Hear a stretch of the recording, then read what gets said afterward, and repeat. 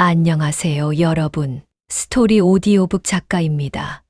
오늘 들려드릴 이야기는 강원도 원주의 작은 재래시장에서 시작됩니다. 사람이 살다 보면 참 별일을 다 겪게 되지요. 젊어서는 상상도 못했던 일들이 나이 들어서 불쑥불쑥 찾아오곤 합니다. 특히 자식 일, 며느리 일, 손자 일은 내 마음대로 되는 게 하나도 없어요. 아무리 정성을 다해도 마음이 닿지 않을 때가 있고, 진심을 다해도 오해받을 때가 있습니다. 오늘 이야기의 주인공은 평생을 두부 하나로 살아온 분이에요. 새벽마다 콩을 갈고 간수를 넣어 두부를 굳히고 그렇게 40해를 한결같이 살아오신 분입니다. 그 손으로 아들을 키우고 대학까지 보내고 장가까지 보냈어요. 인생의 숙제를 다 끝냈다고 생각했는데 뜻밖의 시련이 찾아왔습니다. 가족이라는 이름 아래 우리는 얼마나 많은 것을 참고 얼마나 많은 것을 삼키며 살아가는 걸까요? 그리고 그 끝에서 우리는 과연 무엇을 얻게 되는 걸까요? 자, 그럼 이제 본격적으로 이야기를 시작하기 전 꼭 구독 한번 눌러주세요. 여러분의 구독은 제작에 아주 큰 힘이 됩니다. 감사합니다. 저는 올해 67살, 강원도 원주 중앙시장에서 손두부집을 운영하고 있는 이순덕이라고 합니다. 순덕이네 손두부라는 간판을 달고 장사한 지 올해로 딱 40해가 됐어요. 27살에 시작했으니까 인생의 절반 이상을 이 시장에서 보낸 셈이지요. 새벽 4시에 일어나서 콩물을 끓이고 간수를 넣어 두부를 굳히는 일을 이제는 눈 감고도 할 수 있어요. 손이 거칠어지고 허리가 굽어도 이 일을 놓지 못한 건 이 두부로 아들 민수를 대학까지 보냈기 때문입니다. 시장 사람들은 저를 보고 이렇게 말해요. 순덕이 저 양반은 참 억척스럽다. 남편 없이 혼자서 아들 대학까지 보내고. 맞아요. 제 남편 종필이가 세상을 떠난 게 벌써 10년 전이에요. 민수가 대학교 3학년 때였지요. 위암이었어요. 병원에서 말기라고 했을 때 저는 하늘이 무너지는 것 같았습니다. 종필이는 평생 술 한 잔, 담배 한 대 안 하던 사람이었거든요. 그런 사람이 왜 암에 걸렸는지 저는 아직도 이해가 안 돼요. 종필이가 떠나고 나서 장례를 치르고 시장에 돌아왔을 때 옆집 순대국집 하는 영자가 제 손을 꼭 잡으며 말했어요. 순덕아, 울지 마. 민수 졸업할 때까지만 버텨. 그 후론 아들이 효도할 거야. 그 말이 얼마나 큰 힘이 됐는지 몰라요. 저는 정말 그 말만 믿고 버텼습니다. 새벽마다 콩을 갈면서 속으로 되뇌었어요. 민수 졸업할 때까지만, 민수 졸업할 때까지만. 그렇게 이를 악물고 살았더니 민수가 무사히 대학을 졸업했어요. 취직도 서울에 있는 전자부품 회사로 했고요. 월급은 많지 않았지만 아들이 매달 용돈을 보내왔어요. 처음에는 20만 원, 나중에는 30만 원. 적은 돈이 아니었지요. 저는 그 돈을 한 푼도 안 쓰고 모았어요. 나중에 민수가 장가갈 때 보태주려고요. 명절마다 원주에 내려오는 민수를 볼 때마다 종필이 생각이 났어요. 민수가 아버지를 많이 닮았거든요. 키도 크고 어깨도 넓고 무뚝뚝한 것도 똑같아요. 말수가 적어서 속마음을 잘 모르겠는데 그것도 아버지 판박이지요. 민수가 35이 됐을 때 전화가 왔어요. 엄마, 나 결혼하고 싶은 사람 있어요. 저는 깜짝 놀랐어요. 민수가 연애한다는 말을 한 번도 안 했거든요. 그래서 물었지요. 뭐, 언제부터 만났어? 왜 말을 안 했어? 1년 됐어요. 확실해지면 말씀드리려고 했어요. 그래, 어떤 애야? 뭐 하는 애고? 유치원 선생님이에요. 대전에서 서울로 올라와서 일하고 있어요. 유치원 선생님이라는 말에 마음이 놓였어요. 아이들을 좋아하는 사람이면 착하겠구나 싶었지요. 저는 당장 서울로 올라가겠다고 했어요. 그렇게 해서 며느리 유진이를 처음 만난 게 서울 구로에 있는 어느 고깃집에서였어요. 유진이는 첫눈에 봐도 참 예쁘장한 아가씨였어요. 얼굴이 하얗고 눈이 초롱초롱하고 웃을 때 보조개가 살짝 패였어요. 무엇보다 인사성이 밝았어요. 어머님, 안녕하세요. 박유진이에요. 만나 뵙게 돼서 정말 반갑습니다. 목소리도 또렷또렷하니 듣기 좋았어요. 유치원 선생님 하는 사람이라 그런지 말을 참 잘하더라고요. 저는 속으로 민수가 좋은 사람 만났구나 싶었어요. 고기를 구우면서 유진이가 제 앞에 잘 익은 고기를 올려주었어요. 그러면서 이렇게 말하더군요. 어머님, 이거 드세요. 어머님 손은 두부 만드시느라 많이 고생하셨을 텐데 오늘은 제가 다 구워드릴게요. 그 말에 저는 코끝이 찡했어요. 서울 아가씨가 시골에서 두부 만드는 시어머니를 이렇게 배려해 주다니. 저는 유진이가 참 마음에 들었습니다. 고맙다, 유진아. 근데 너 우리 민수 어디가 좋아서 만나는 거야? 저 녀석이 말이 별로 없어서 재미없을 텐데. 제가 장난스럽게 물었더니 유진이가 웃으면서 대답했어요. 그게 좋아요. 말 많은 남자보다 과묵한 남자가 믿음직스럽잖아요. 민수 오빠는 말은 없어도 행동으로 보여주는 스타일이에요. 옆에서 듣고 있던 민수가 쑥스러운지 고개를 푹 숙였어요. 저는 그 모습을 보면서 속으로 웃었지요. 우리 아들이 저런 표정 짓는 거 처음 봤거든요. 상견례는 한 달 뒤에 했어요. 사돈댁은 대전에서 작은 미용실을 운영하는 분이셨어요. 남편 없이 혼자 두 딸을 키웠다고 하더군요. 저랑 비슷한 처지였지요. 그래서인지 만나자마자 서로 통하는 게 있었어요. 안 사돈이 저한테 이렇게 말씀하셨어요. 사돈, 저희 유진이가 철이 없어요. 혼자 키우다 보니까 제가 많이 봐줬나 봐요. 앞으로 혼나면서 클 텐데 너그럽게 봐주세요. 저는 손을 내저으며 대답했어요. 무슨 말씀을요? 유진이 참 예쁘고 똑똑해요. 우리 민수가 복 받은 거지요. 그때만 해도 저는 정말 그렇게 생각했어요. 유진이가 좋은 아이라고 민수가 좋은 짝을 만났다고 진심으로 기뻐했습니다. 결혼식은 소박하게 치렀어요. 민수가 모은 돈에다가 제가 그동안 모아둔 돈, 사돈댁에서 보탠 돈을 합쳐서 서울 외곽에 작은 전셋집을 마련했지요. 넓지는 않았지만 신혼부부 둘이 살기에는 충분했어요. 결혼식 날 민수가 저한테 와서 인사를 했어요. 엄마, 그동안 고마웠어요. 아버지 돌아가시고 혼자서 저 키우느라 얼마나 힘드셨어요. 이제는 제가 효도할게요. 저는 눈물이 왈칵 쏟아졌어요. 영자가 10년 전에 했던 말이 떠올랐거든요. 민수 졸업할 때까지만 버티면 아들이 효도할 거라고. 정말 그 말대로 됐구나 싶었어요. 결혼식을 마치고 원주로 돌아오는 버스 안에서 저는 창밖을 보며 생각했어요. 이제 내 인생의 큰 숙제는 다 끝났구나.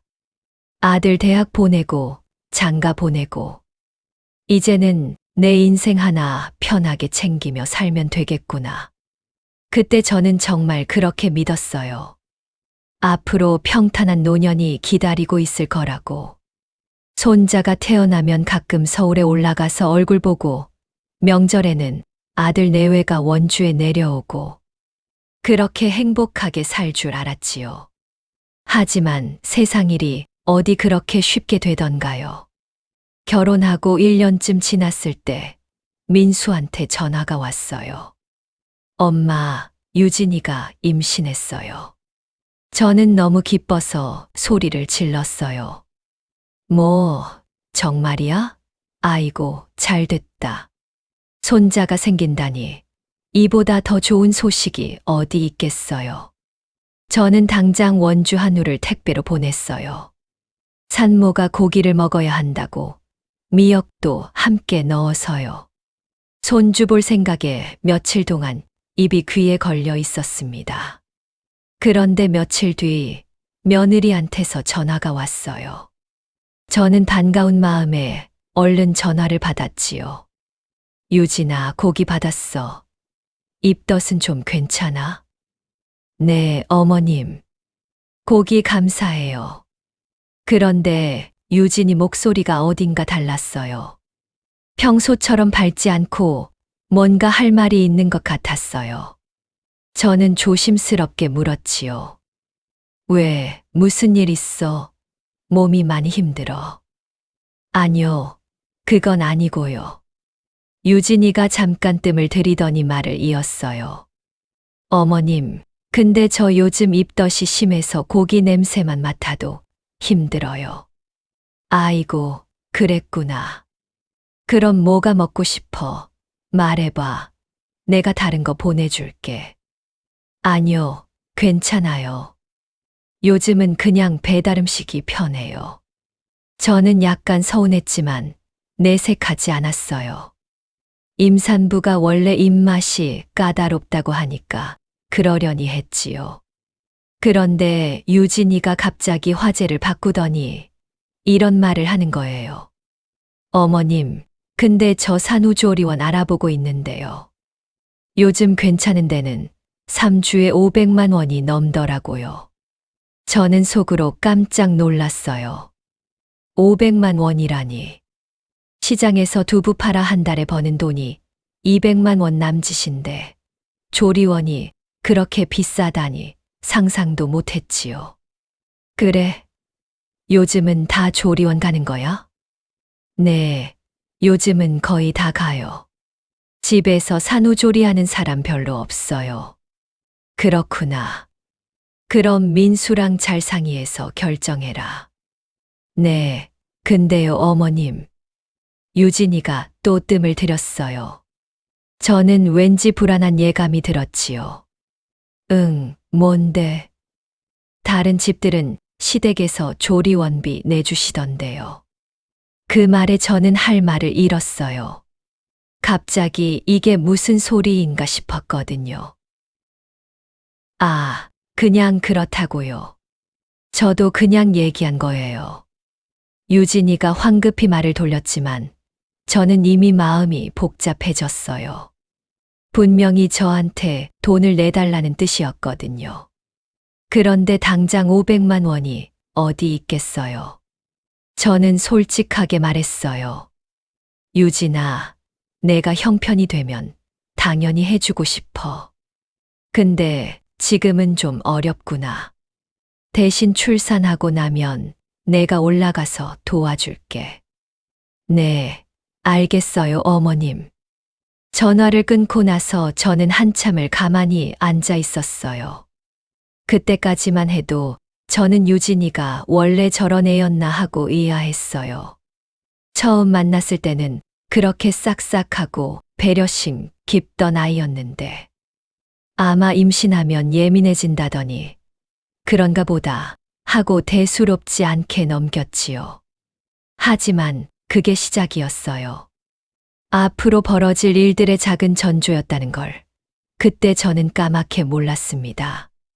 출산 예정일이 가까워지면서 저는 마음이 바빠졌어요. 손자가 태어나면 당장 서울로 올라가서 얼굴을 봐야겠다고 생각했거든요. 시장 상인들한테도 며칠 자리 비운다고 미리 말해뒀지요. 그러던 어느 날 밤 민수한테서 전화가 왔어요.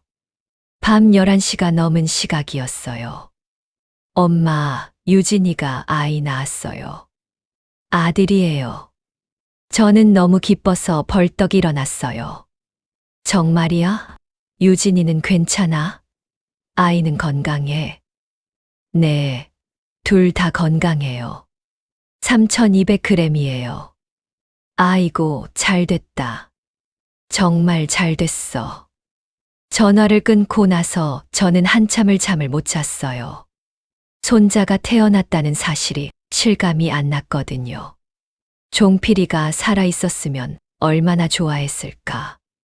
저는 영정 사진을 보며 혼잣말을 했어요. 여보, 우리 손자 태어났어. 아들이래. 당신 닮았으면 좋겠다. 다음 날 아침, 저는 새벽 장사를 서둘러 마치고 서울행 버스에 올랐어요. 조리원이 강남 쪽에 있다고 해서 한참을 찾아갔지요. 요즘 조리원은 호텔처럼 번듯하더라고요. 로비에 들어서니까 어찌나 깨끗하고 고급스러운지 저 같은 시골 사람은 들어가기가 민망할 정도였어요. 안내를 받아서 유진이 방으로 갔어요. 문을 열고 들어가니까 유진이가 침대에 누워 있었어요. 얼굴이 많이 부어 있고 피곤해 보였지요. 유진아, 수고했어. 몸은 좀 어때? 네, 어머님. 괜찮아요. 유진이가 힘없이 대답했어요. 저는 신생아실로 가서 손자를 봤어요. 유리창 너머로 쭈글쭈글한 얼굴이 보였는데 어찌나 작은지 손바닥만 했어요. 그런데 신기하게도 민수 어릴 때 얼굴이 생각났어요. 눈 모양이랑 코 모양이 똑같더라고요. 저는 눈물이 핑 돌았어요. 종필이가 살아서 이 모습을 봤으면 얼마나 좋았을까 싶었지요. 한참을 유리창 앞에 서 있는데 유진이 방에서 안내 방송이 나왔어요. 면회 시간이 끝났으니까 나가달라는 거였어요. 저는 유진이한테 인사하고 나왔지요. 유진아, 나 간다. 푹 쉬어. 네, 어머님. 조심히 가세요. 원주로 돌아가는 버스 안에서 민수한테 전화가 왔어요. 엄마, 오늘 고마웠어요. 근데 유진이가 좀 예민해져 있어요. 당분간은 자주 오시는 거 좀. 민수가 말끝을 흐렸어요. 저는 금방 알아들었지요. 자주 오지 말라는 뜻이었어요. 알았어. 내가 알아서 할게. 전화를 끊고 창밖을 봤어요. 고속도로 풍경이 빠르게 스쳐 지나갔지요. 원주까지 2시간 반, 그리 먼 거리도 아닌데 마음은 천리 바뀐 것 같았어요. 그렇게 한 달쯤 지났을 때 안사돈한테서 전화가 왔어요. 사돈, 저예요. 유진이 조리원에서 나왔어요. 아, 그래요? 집에서 잘 지내요? 그런데요, 사돈. 제가 내일 유진이네 가려고 하는데 사돈도 같이 가실래요? 제가 전복죽 끓여서 가져가려고요. 안사돈이 유진이 먹으라고 직접 전복죽을 만든다고 했어요.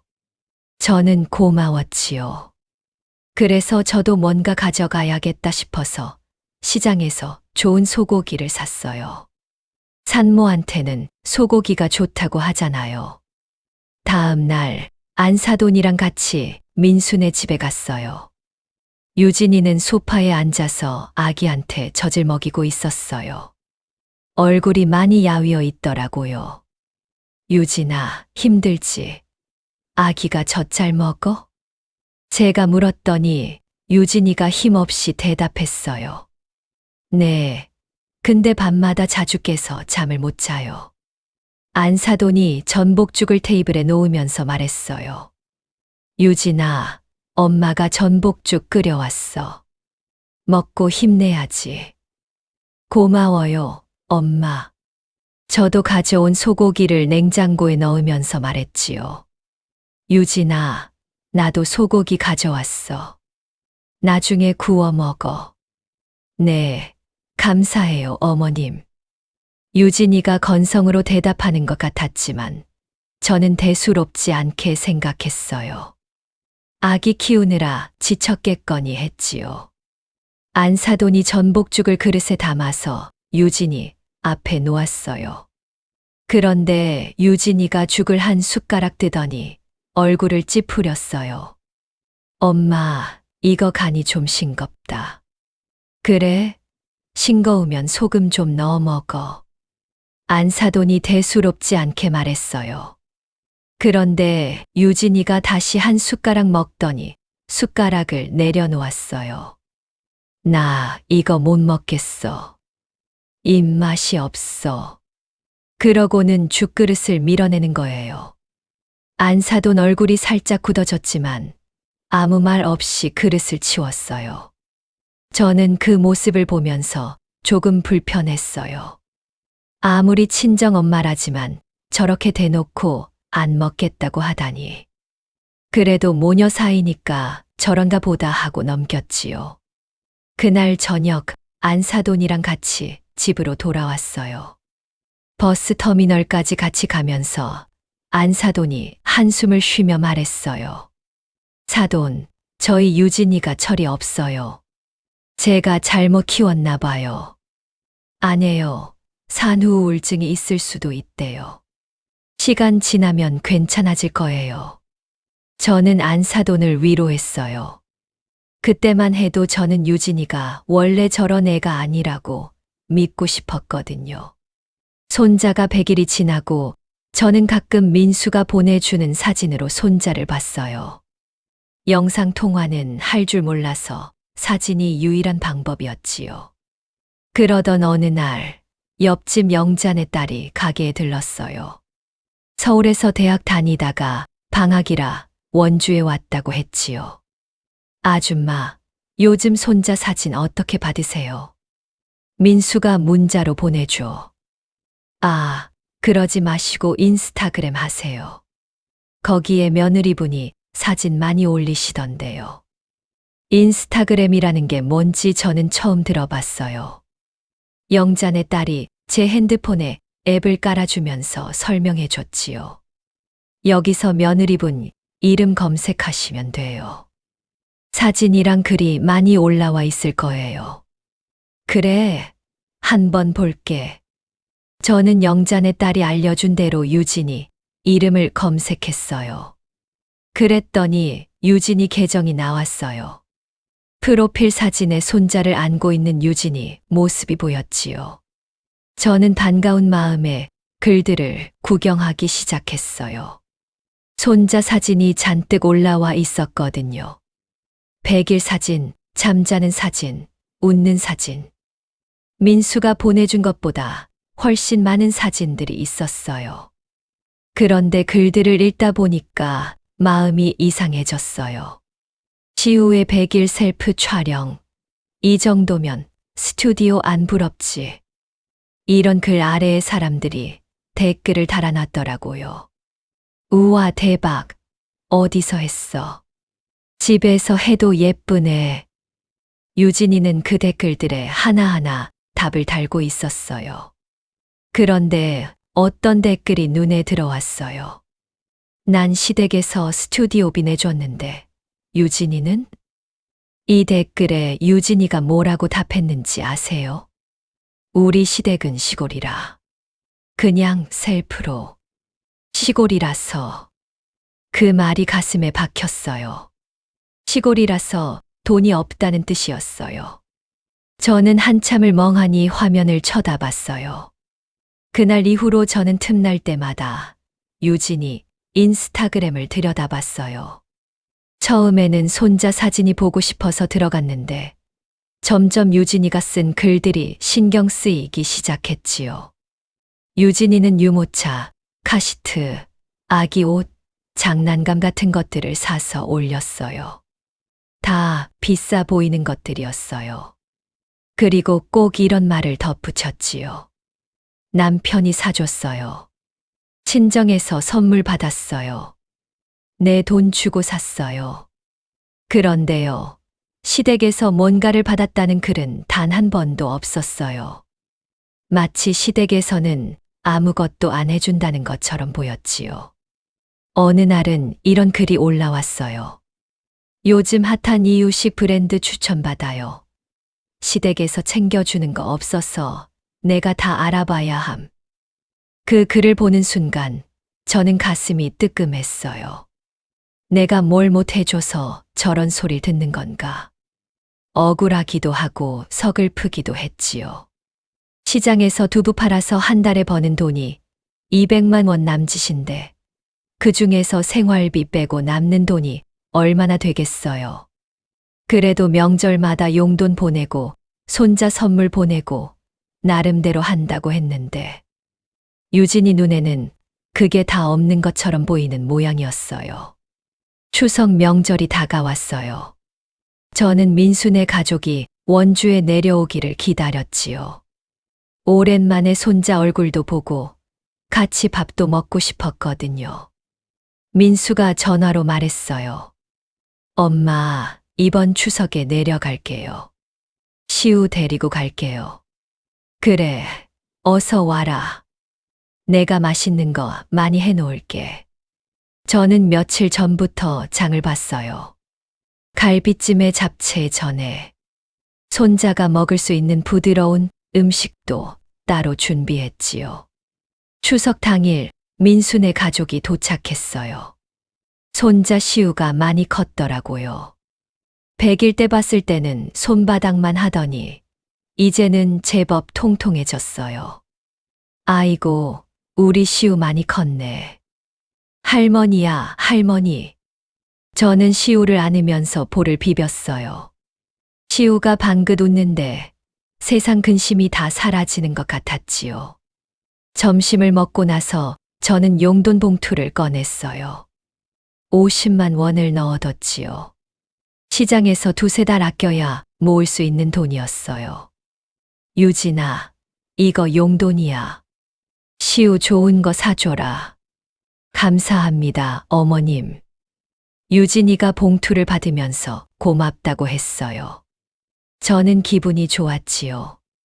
그런데 그날 저녁 저는 또 유진이 인스타그램을 들여다봤어요. 혹시 오늘 찍은 사진을 올렸나 싶어서요. 그런데요, 유진이가 올린 글에 저는 할 말을 잃었어요. 원주에서 찍은 것 같은 카페 사진이 올라와 있었어요.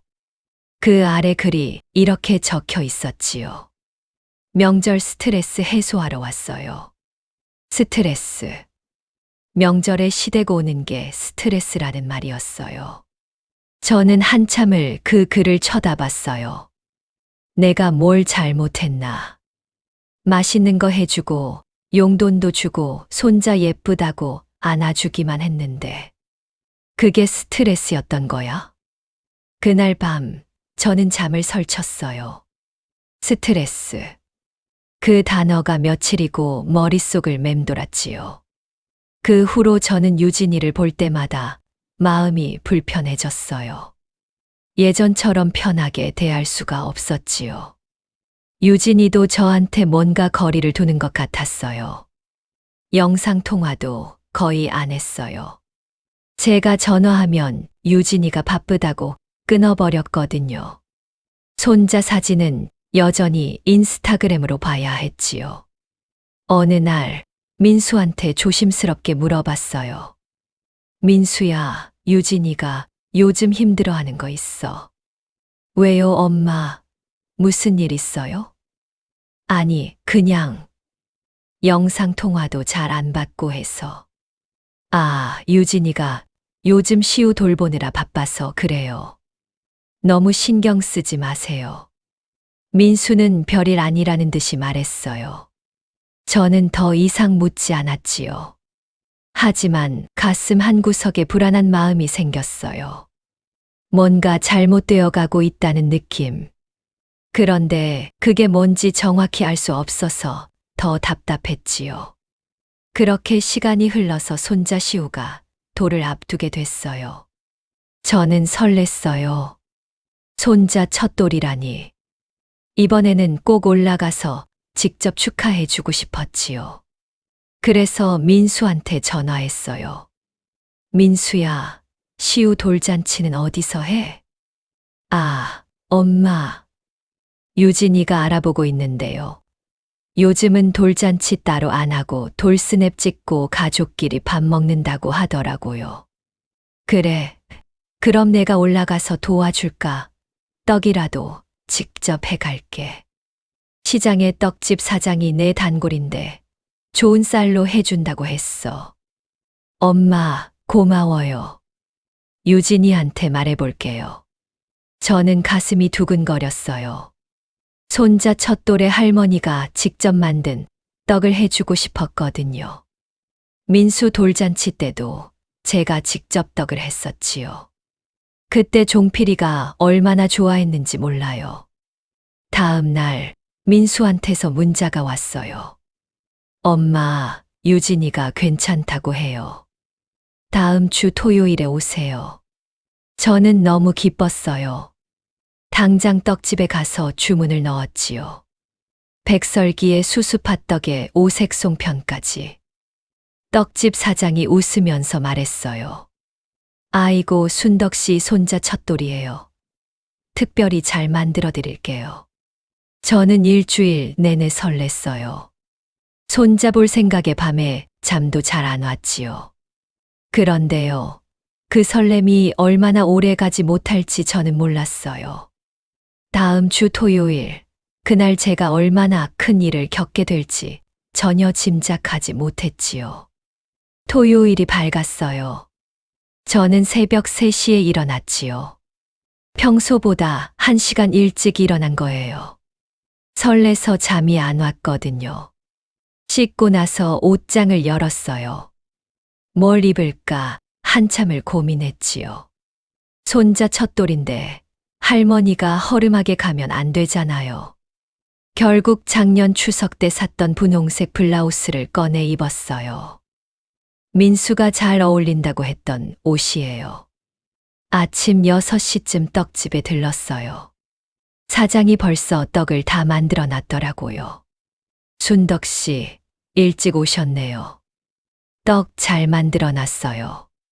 손자 첫돌이라고 정성 들여서 했어요. 떡집 사장이 웃으면서 말했어요. 고마워요. 얼마예요? 에이, 돈은 무슨. 그동안 단골로 와주셨는데. 그냥 가져가세요. 그래도 그러면 안 되지. 저는 끝내 돈을 내고 떡을 받았어요. 백설기에 수수팥떡에 오색송편. 박스 2개에 가득 담겼지요. 들어보니까 꽤 무거웠어요. 그래도 손자 주려고 하는 건데 무거운 게 뭐 대수겠어요. 시외버스 터미널로 걸어가는데 아침 공기가 차갑더라고요. 11월 초라 아직 해가 늦게 뜨거든요. 그래도 마음은 따뜻했어요. 오늘 손자 얼굴을 볼 생각에 발걸음이 가벼웠지요.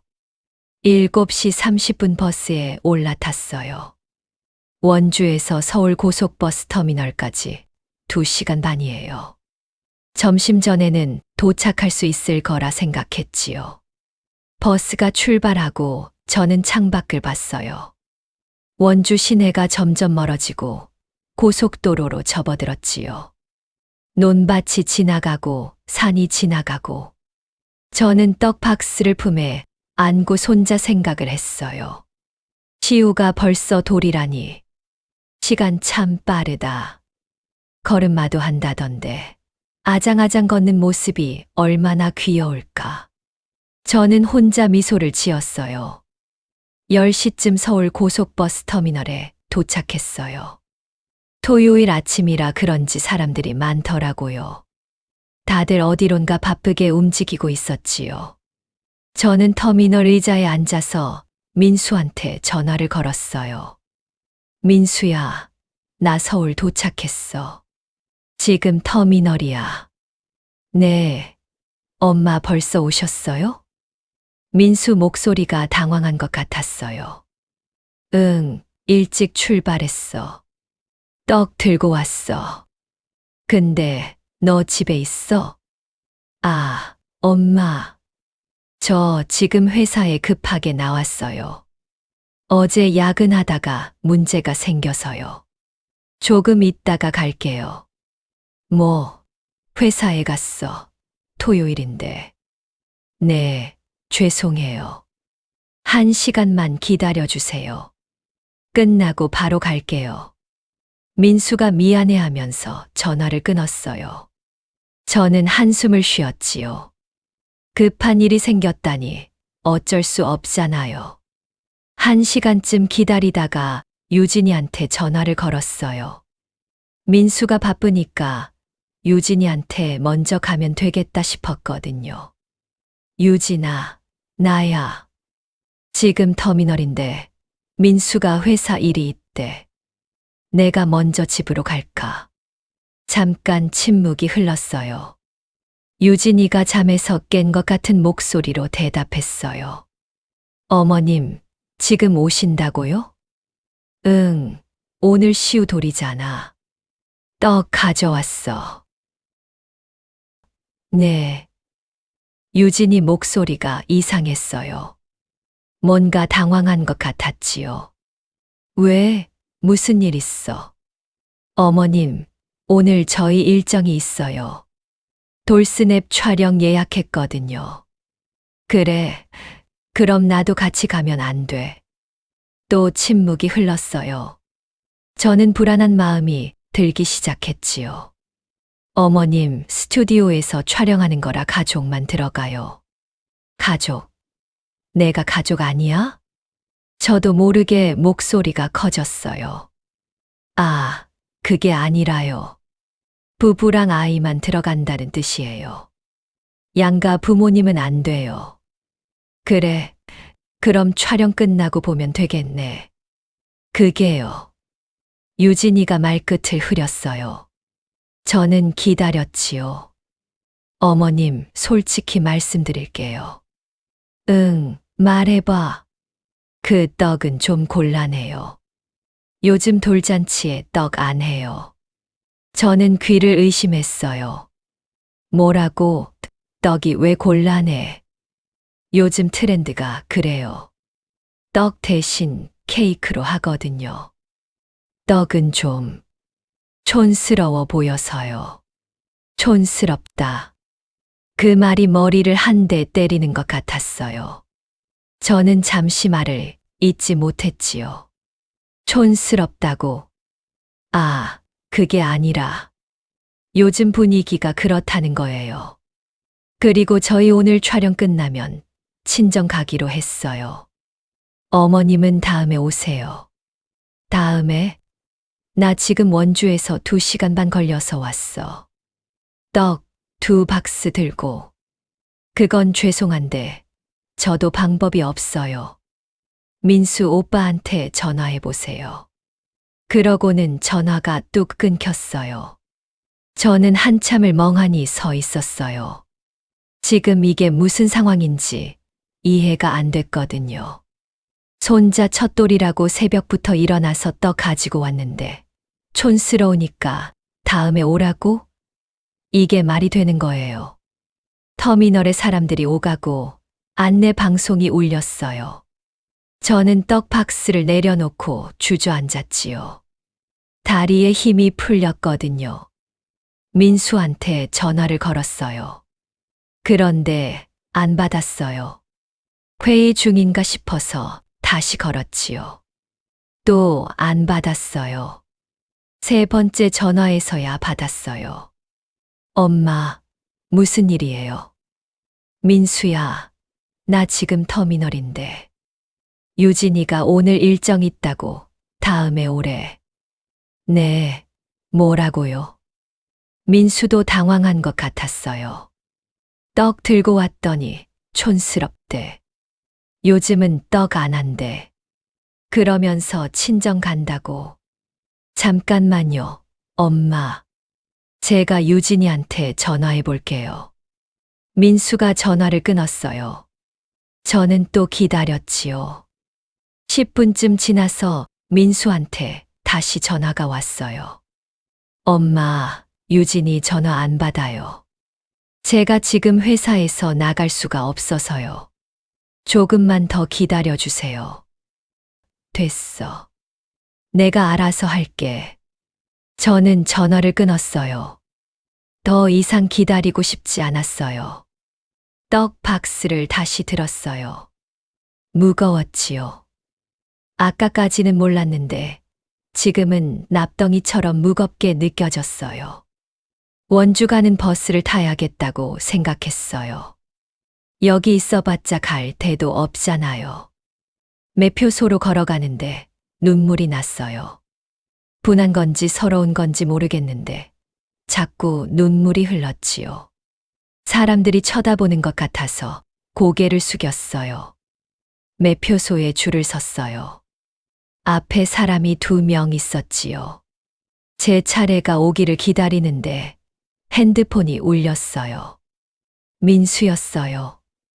엄마, 어디세요? 제가 지금 회사에서 나왔어요. 터미널로 갈게요. 안 와도 돼. 나 원주 가는 버스 타려고. 네, 왜요? 엄마, 잠깐만요. 제가 갈게요. 거기서 기다려 주세요. 됐다니까. 내가 괜히 방해됐나 보다. 엄마, 그게 아니에요. 제가 갈 테니까 한 30분만 기다려 주세요. 저는 한숨을 쉬었어요. 알았어. 근데 오지 마. 나 그냥 내려갈 거야. 전화를 끊고 원주행 버스표를 샀어요. 20분 뒤에 출발하는 버스였지요. 대기실 의자에 앉아서 기다리는데 옆에 아주머니가 말을 걸었어요. 손에 들고 계신 거 떡이에요. 좋은 냄새 나네요. 네, 떡이에요. 어디 잔치 가시나 봐요? 저는 대답하지 못하고 그냥 웃기만 했어요. 그 아주머니가 다시 물었지요. 근데 왜 우세요? 무슨 일 있으셨어요? 그 말에 눈물이 왈칵 쏟아졌어요. 아주머니가 놀라서 제 손을 잡았어요. 아이고, 무슨 일이에요? 손자 첫돌이라고 떡 가져왔는데요. 며느리가 촌스럽대요. 다음에 오래요. 저도 모르게 말이 나왔어요. 아주머니가 한숨을 쉬며 말했지요. 아이고, 요즘 젊은 것들은 떡보다 케이크를 좋아하더라고요. 우리 며느리도 그래요. 그래도 이렇게 정성 들인 떡을 마다하다니. 그러게요. 어디서 오셨어요? 원주에서요. 어머, 원주에서 이 먼 데까지 오셨어요? 세상에. 아주머니가 혀를 끌끌 찼어요. 저는 그 아주머니한테 떡 한 조각을 권했어요. 드세요. 가져가 봤자 나 혼자 못 먹어요. 아이고, 그래도 되겠어요? 드세요. 괜찮아요. 아주머니가 떡을 받아 먹으면서 말했어요. 떡이 진짜 맛있네요. 어디서 했어요? 원주 시장에 떡집이 있어요. 거기서 했어요.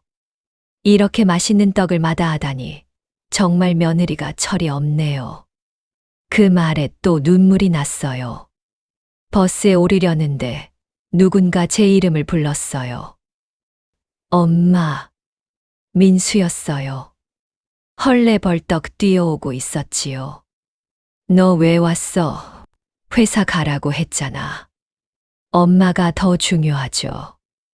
유진이한테 다 들었어요. 민수가 숨을 몰아쉬면서 말했어요. 얼굴이 불그락푸르락해져 있었지요. 알았어. 근데 나 버스 타야 해. 출발한다. 안 돼요, 엄마. 집에 가요. 제가 유진이한테 얘기할게요. 됐어. 나 오늘 피곤해. 그냥 내려갈게. 저는 버스에 올라탔어요. 민수가 따라 올라왔지요. 엄마, 제발요. 이렇게 보내면 제가 평생 후회해요. 민수가 울먹이면서 말했어요. 저는 한참을 망설이다가 결국 버스에서 내렸지요. 민수가 제 떡 박스를 받아들면서 말했어요. 엄마, 죄송해요. 제가 미리 확인했어야 했는데. 네, 잘못 아니야. 됐어. 민수 차를 타고 집으로 가는 동안 저는 아무 말도 안 했어요. 창밖만 멍하니 쳐다봤지요. 30분쯤 걸려서 민수네 아파트에 도착했어요. 엘리베이터를 타고 올라가는데 민수 얼굴이 잔뜩 굳어 있었어요. 현관문을 열고 들어갔어요. 유진이가 소파에 앉아 있다가 저를 보고 깜짝 놀랐지요. 어머, 어머님 오셨어요. 촬영 가신다면서요. 안 가셨어요? 저는 할 말을 잃었어요. 지가 나보고 다음에 오라고 해놓고 지금 무슨 소리 하는 거야. 민수가 문을 쾅 닫으면서 말했어요. 뭐, 내가 지금 뭐라고 했어? 왜 그래요? 나 왜 그렇게 봐요?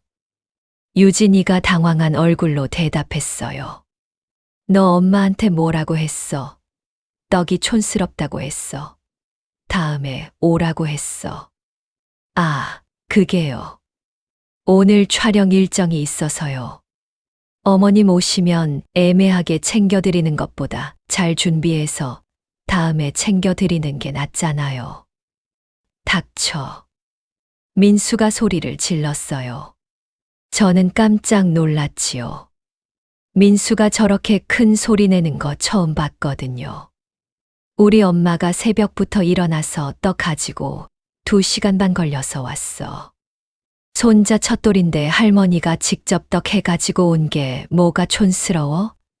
내 눈에는 그게 촌스러워 보여? 나는 그냥 너 엄마가 버스터미널에서 떡 들고 울고 있는 거 상상이 돼. 나한테 전화했을 때 목소리가 어땠는지 알아? 민수가 눈에 눈물이 글썽였어요. 우리 엄마가 평생 두부 팔아서 나 대학 보내고 장가 보내고 그 손으로 떡 만들어서 가져온 건데 내가 감히 촌스럽다고 해? 나는 요즘 트렌드가 그래서. 트렌드가 뭐가 중요해? 사람이 중요하지. 민수가 고함을 쳤어요. 시우가 놀라서 울음을 터뜨렸지요. 유진이가 시우를 안으면서 말했어요. 왜 소리 질러요? 애 놀라잖아.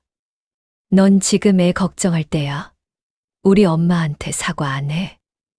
내가 뭘 잘못했는데요. 유진이가 억울하다는 듯이 말했어요. 민수가 한숨을 푹 내쉬더니 말했어요. 나 너랑 이혼할 거야. 뭐? 유진이 얼굴이 하얗게 질렸어요. 이혼이라고. 너 같은 사람이랑 못 살겠어. 지금 그게 말이야? 우리 시우 이제 겨우 돌인데? 시우한테는 너 같은 엄마가 더 안 좋아. 사람 됨됨이가 그러고서 무슨 교육을 시켜. 민수가 싸늘하게 말했어요. 유진이가 울음을 터뜨리면서 말했지요. 어머님, 저 진짜 그런 뜻이 아니었어요. 오해하신 거예요. 저는 아무 말도 하지 않았어요. 할 말이 없었거든요.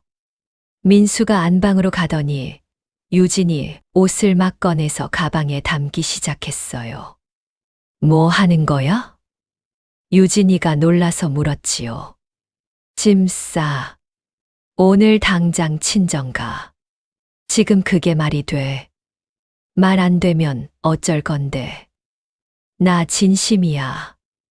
민수가 유진이 옷을 현관 밖으로 던졌어요.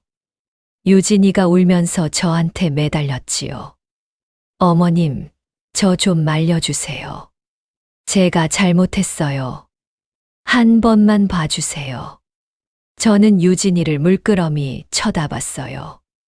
처음 만났을 때 밝게 웃던 얼굴이 떠올랐지요. 그때는 정말 좋은 아이라고 생각했는데 언제부터 이렇게 됐을까? 유진아, 오늘은 그냥 가거라. 민수가 화가 많이 났으니까 일단 진정할 시간이 필요해. 저는 그 말만 하고 방으로 들어갔어요. 더 이상 볼 힘이 없었거든요. 그날 밤 저는 민수네 집에서 잠을 잤어요. 유진이는 친정으로 갔고 시우는 민수가 돌봤지요. 저는 손자 얼굴을 보면서 밤새 뒤척였어요. 이게 다 내 탓인가? 내가 괜히 떡 들고 간다고 해서 이렇게 된 건가? 별별 생각이 다 들더라고요. 다음 날 아침 민수가 아침밥을 차려줬어요. 계란 프라이에 김치에 된장국. 서툴지만 정성이 느껴졌지요. 엄마, 많이 드세요. 너도 먹어. 시우는 아직 자요. 어젯밤에 늦게까지 울어서. 민수 얼굴에 피곤이 가득했어요. 눈 밑에 다크서클이 짙게 내려앉아 있었지요. 민수야, 이혼은 다시 생각해봐. 제가 조심스럽게 말했어요. 엄마, 전 진심이에요. 어제 일은 용서가 안 돼요. 그래도 시우 생각해야지. 애가 이제 겨우 돌인데. 시우 생각해서 이혼하는 거예요. 저런 엄마 밑에서 크면 시우도 저렇게 돼요. 민수가 단호하게 말했어요. 저는 더 이상 말을 잇지 못했지요. 민수 마음이 이해가 됐거든요. 저도 솔직히 유진이한테 화가 많이 났어요. 하지만 이혼까지 하면 시우가 불쌍하잖아요. 오후가 되어 안사돈한테서 전화가 왔어요. 사돈, 저예요. 유진이한테 다 들었어요. 제가 지금 갈게요. 안사돈 목소리가 떨리고 있었어요. 1시간쯤 뒤에 안사돈이 민수네 집에 도착했지요. 바깥사돈도 함께 왔어요. 현관문이 열리자마자 안사돈이 저를 보고 무릎을 꿇었어요. 사돈, 정말 죄송합니다. 제가 딸을 잘못 키웠어요. 어떻게 사죄해야 할지 모르겠습니다. 바깥사돈도 옆에서 무릎을 꿇으며 말했어요. 사돈, 면목이 없습니다. 정말 죄송합니다. 저는 황급히 일어나라고 했어요. 아이고, 이러지 마세요. 일어나세요. 아니에요. 저희가 사과드려야 해요. 유진이가 어제 무슨 짓을 한 건지 다 들었어요. 안사돈이 눈물을 흘리면서 말했지요. 저는 안사돈 손을 잡고 일으켜 세웠어요. 소파에 앉으라고 했지요. 사돈, 앉으세요. 유진이는 어디 있어요? 밖에 있어요. 무서워서 못 들어오겠대요. 불러요. 유진이도 들어와야지. 안사돈이 전화를 걸었어요. 잠시 뒤 유진이가 들어왔지요. 눈이 퉁퉁 부어 있었어요. 밤새 운 것 같았어요. 유진이가 저를 보자마자 무릎을 꿇었어요. 어머님, 죄송해요. 제가 정신이 없었어요. 저는 한참을 말없이 내려다봤어요. 유진이가 훌쩍훌쩍 울고 있었지요. 유진아, 일어나. 어머님, 일어나라니까. 무릎 꿇는다고 다 해결되는 거 아니야. 유진이가 천천히 일어났어요. 저는 유진이 얼굴을 똑바로 쳐다보면서 말했지요. 내가 너한테 화난 건 떡 때문이 아니야. 촌스럽다. 그 말 때문도 아니고. 그럼 뭐 때문에요? 난 내가 저런 사람인 줄 몰랐어. 처음 만났을 때는 참 좋은 아이다 싶었는데.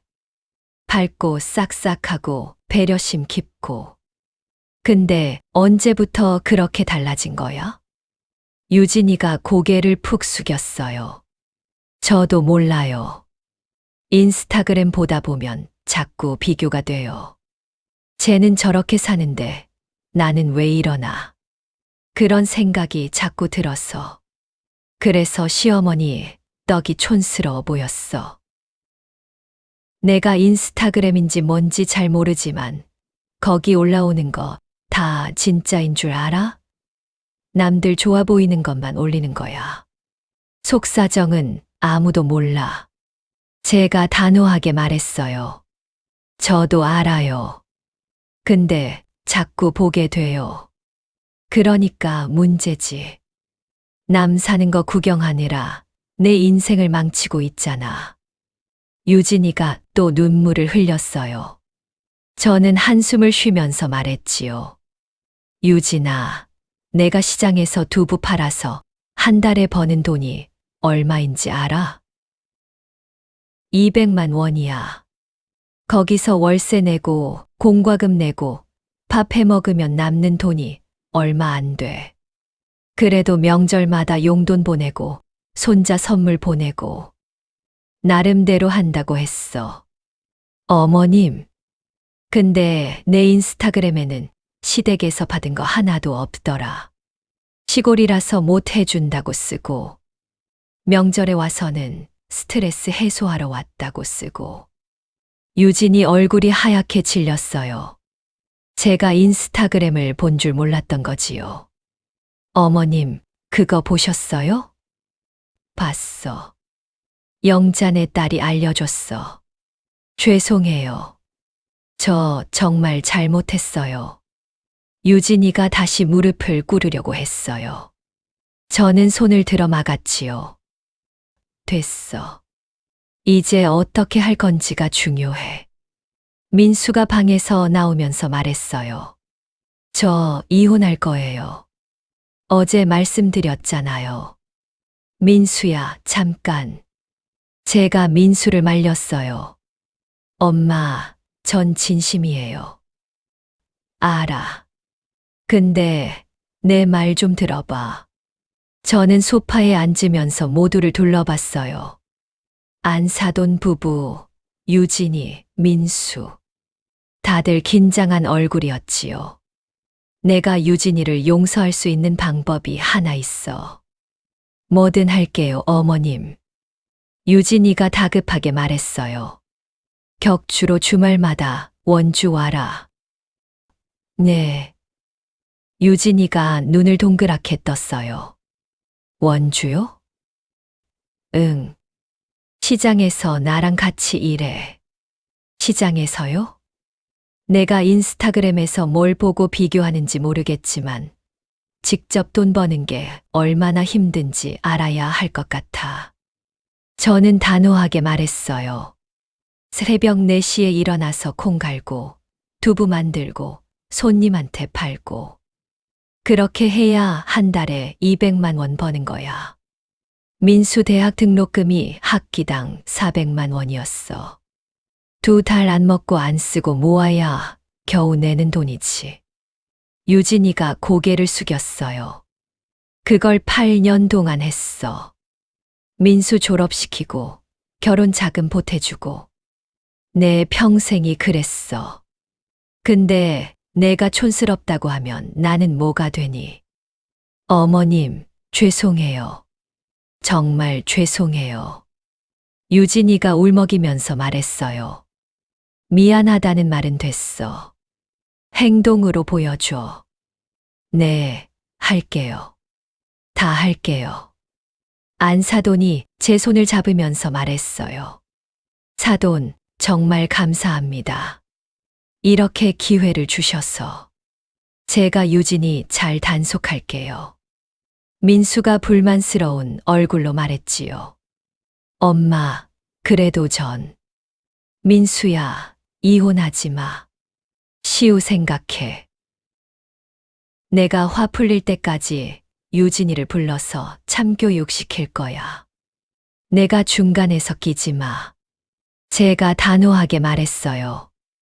민수가 한숨을 쉬더니 결국 고개를 끄덕였지요. 알겠어요, 엄마. 엄마가 그렇게 하신다면.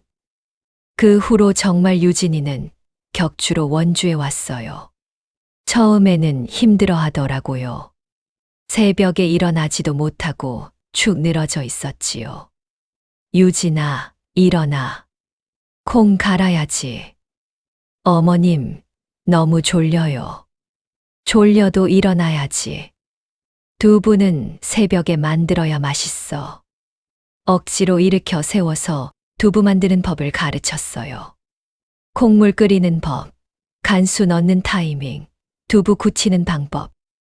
유진이는 처음에는 서툴렀지만 점점 나아지더라고요. 점심때는 같이 가게에 나갔어요. 손님 응대하는 법도 가르쳤지요. 어서 오세요. 두부 얼마예요? 한 모에 3,000원이에요. 오늘 아침에 간 만든 거예요. 유진이가 손님한테 두부를 팔았어요. 처음에는 쭈뼛쭈뼛 하더니 나중에는 제법 능숙해졌지요. 저녁에는 같이 밥을 먹으면서 이런저런 얘기를 나눴어요. 유진아, 오늘 힘들었지? 네, 근데 보람 있어요. 제 손으로 번 돈이잖아요. 그게 돈 버는 거야. 쉽게 버는 돈 없어. 유진이가 고개를 끄덕였어요. 석 달쯤 지났을 때 유진이가 저한테 이런 말을 했어요. 어머님, 저 인스타그램 계정 삭제했어요. 그래. 네, 자꾸 보니까 비교만 하게 되더라고요. 이제 안 볼 거예요. 잘 생각했네. 그리고 어머님이 새벽에 콩물 끓이시는 거 보면서 많이 생각했어요. 뭘? 제가 얼마나 철이 없었는지요. 어머님이 평생 이렇게 힘들게 사셨는데 저는 그것도 모르고. 유진이 눈에 눈물이 고였어요. 알면 됐어. 이제부터 잘하면 되는 거야. 어머님, 죄송해요. 그리고 고마워요. 그냥 쫓아내지 않고 기회 주셔서. 저는 유진이 손을 꼭 잡아줬어요. 그렇게 1년 반이 흘렀어요. 유진이는 격주로 원주에 왔다가 언제부턴가 매주 오기 시작했지요. 오지 말라고 해도 자꾸 왔어요. 유진아, 이번 주는 안 와도 돼. 민수랑 시우랑 쉬어. 안 해요, 어머님. 저 가고 싶어요. 시장 가서 어머님 도와드리고 싶어요. 유진이가 웃으면서 말했어요. 표정이 예전과 많이 달라졌더라고요. 처음 만났을 때처럼 밝고 환해졌지요. 유진이는 핸드폰 사용법도 알려줬어요. 영상 통화하는 법, 사진 찍는 법, 글씨 크게 보는 법. 덕분에 저도 이제 제법 핸드폰을 잘 다뤄요. 어머님, 이렇게 하시면 시우랑 영상 통화할 수 있어요. 이렇게. 네, 여기 초록색 버튼 누르시면 돼요. 유진이가 친절하게 가르쳐 줬지요. 얼마 전에는 유진이가 보여줄 게 있다면서 영상 통화를 걸어왔어요. 화면에 시우 얼굴이 떴지요. 시우가 방긋 웃으면서 말했어요.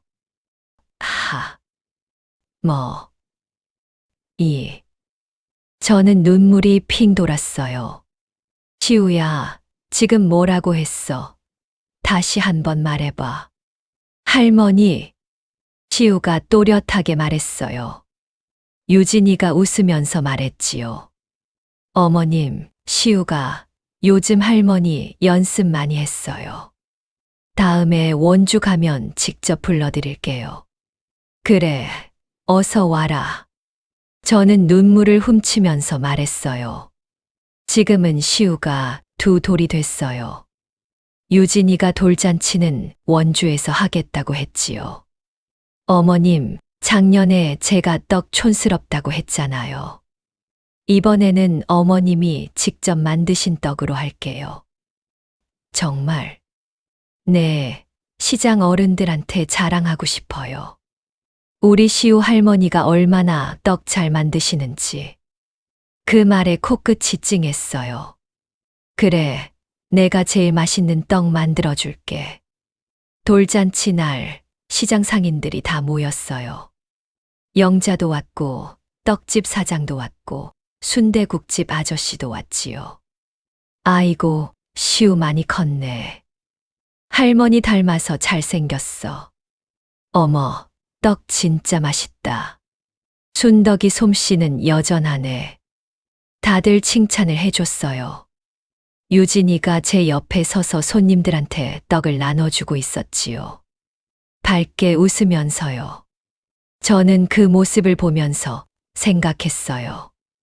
2년 전에 서울 버스터미널에서 울던 그때가 떠올랐지요. 그때는 정말 하늘이 무너지는 것 같았는데 지금 이렇게 행복해질 줄 누가 알았겠어요. 안사돈도 돌잔치에 왔어요. 저한테 오더니 손을 꼭 잡으면서 말했지요. 사돈, 정말 고마워요. 유진이가 완전히 달라졌어요. 뭐려, 유진이가 원래 착한 아이였어요. 잠깐 길을 잃었던 거지. 원주 다니면서 정신 차린 것 같아요. 요즘은 제가 SNS 한다고 하면 말려요. 그거 보면 비교만 하게 된다고. 저는 웃었어요. 잘 됐네요. 민수가 시우를 안고 다가왔어요. 엄마, 고마워요. 뭐가? 엄마가 유진이한테 기회 안 줬으면 우리 이혼했을 거예요. 그랬으면 시우가 얼마나 불쌍해요. 시우 생각해서 그런 거야. 내 아들이잖아. 엄마가 평생 저 키우면서 힘들었던 것처럼 저도 시우한테 좋은 아빠 될게요. 민수가 눈을 붉히면서 말했어요. 저는 민수 등을 토닥여 줬지요. 그래, 그러렴. 돌잔치가 끝나고 저녁이 됐어요. 시장 문을 닫고 가게에 앉아 있는데 유진이가 막걸리를 가져왔어요. 어머님, 저랑 한잔 하실래요? 그래, 오랜만이네. 유진이가 막걸리를 따라주면서 말했지요. 어머님, 저 어머님한테 하고 싶은 말이 있어요. 뭔데? 처음에 원주 왔을 때는 솔직히 벌 받는다고 생각했어요. 제가 잘못해서 벌 받는 거라고. 근데 시간이 지나니까 달라지더라고요. 어머님이 새벽마다 콩 가시는 거 보면서 저게 진짜 삶이구나 싶었어요. 유진이가 막걸리를 한 모금 마시면서 말했어요. 인스타그램에서 보던 세상은 가짜였어요. 다들 예쁜 것만 보여주잖아요. 근데 어머님 삶은 진짜였어요. 힘들어도 새벽마다 일어나시고 손님한테 웃으면서 두부 파시고. 그게 내 삶이니까 그런 거지. 저도 그렇게 살고 싶어요. 진짜로. 유진이 눈에 눈물이 고였어요. 어머님, 미워하지 마세요. 저 진짜 달라질게요.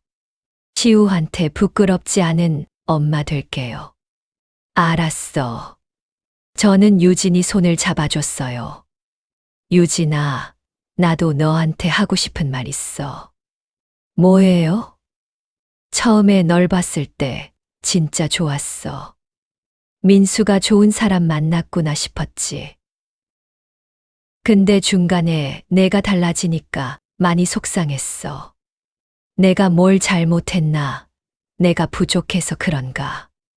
밤마다 그런 생각했어. 어머님. 근데 지금은 괜찮아. 내가 이렇게 돌아왔으니까.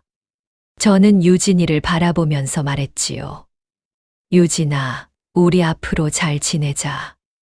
내가 내 딸이야. 유진이가 울음을 터뜨렸어요. 저도 눈물이 났지요. 어머님, 감사해요. 정말 감사해요. 우리는 한참을 껴안고 울었어요.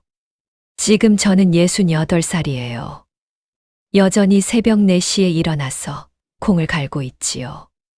허리가 좀 아프긴 하지만 견딜만해요. 유진이는 이제 격주가 아니라 한 달에 한 번씩 와요. 제가 너무 자주 오지 말라고 했거든요. 시우 키우느라 바쁠 텐데 무리하지 말라고요. 대신 영상통화는 매일 해요. 시우가 할머니 얼굴 보고 싶다고 보챈대요. 화면에 시우 얼굴이 뜨면 제 얼굴에 절로 미소가 번지지요. 안사돈하고도 자주 연락해요. 가끔 원주에 놀러 오시기도 하고요. 같이 막걸리 마시면서 수다 떨어요. 사돈, 우리 젊었을 때는 고부 갈등이 제일 무서웠는데 요즘은 며느리가 시어머니 무서워하는 시대더라고요. 그러게요. 세상이 많이 바뀌었어요. 그래도 우리는 잘 지내잖아요. 사돈 덕분이에요. 무슨 말씀을요? 사돈이 유진이한테 기회 주셔서 그렇지. 우리는 서로 고맙다고 했어요. 얼마 전에 민수가 전화로 말했어요. 엄마, 유진이가 요즘 저한테 잘해요. 예전보다 훨씬요. 그래? 잘 됐네. 엄마 덕분이에요. 엄마가 유진이 참교육 안 시켰으면 우리 진작에 이혼했을 거예요. 뭘, 내가 한 게 있어. 유진이가 스스로 깨달은 거지. 저는 그렇게 말했지만 속으로는 뿌듯했어요. 종필이가 살아있었으면 이 모습을 봤을 텐데. 저는 가끔 영정 사진을 보면서 혼잣말을 해요. 여보, 손자가 많이 컸어. 아장아장 걷고 할머니 하면서 따라다녀. 당신 닮아서 잘생겼어. 대답은 없지만 종필이가 웃고 있는 것 같아요. 새벽 4시 콩물 끓이는 냄새가 가게에 가득해요. 이 냄새를 맡으며 40해를 살았지요. 힘들 때도 많았지만 지금 이 순간이 제일 행복한 것 같아요. 오늘도 손자가 영상통화로 할머니 부를 거예요. 그 목소리를 들으면 하루 피곤이 싹 풀리지요. 이게 바로 제 삶이에요. 소박하지만 따뜻한 제 인생이에요. 여러분, 오늘 이야기는 여기까지예요. 이순덕 씨의 이야기를 들으면서 어떤 생각이 드셨나요? 가족이라는 이름 아래 우리는 많은 것을 참고 삼키며 살아갑니다. 때로는 상처받고 때로는 서러워하면서요. 하지만 그 끝에서 우리가 얻는 것은 결국 사랑이 아닐까요? 순덕 씨는 며느리를 쫓아내지 않았어요. 이혼시키지도 않았지요. 대신 직접 경험하게 했어요. 돈 버는 게 얼마나 힘든지, 삶이 얼마나 고단한지. 그렇게 해서 며느리 스스로 깨닫게 만들었지요. 분노를 복수로 갚지 않고 교육의 기회로 바꾼 거예요. 그게 진짜 어른의 지혜가 아닐까요? 요즘 세상은 참 비교하기 쉬워졌어요. 손가락 하나면 남들 사는 모습을 다 볼 수 있으니까요. 하지만 그 화면 속 세상은 진짜가 아니에요. 다들 예쁜 것만 보여주잖아요. 진짜 삶은 새벽 4시에 일어나서 콩 가는 거예요. 손님한테 웃으면서 두부 파는 거예요. 힘들어도 매일 똑같이 반복하는 거예요. 그게 우리네 삶이고 그게 진짜 행복 아닐까요? 오늘의 이야기가 여러분의 마음에 작은 울림이라도 드렸다면 저희 채널에 구독과 좋아요 눌러주시길 부탁드립니다. 구독과 좋아요는 제작에 큰 힘이 됩니다. 그리고 보시고 난 후 하고 싶은 모든 말씀들 댓글로 부탁드립니다. 마지막으로 지금 가장 활짝 피어있는 당신을 늘 응원합니다. 감사합니다.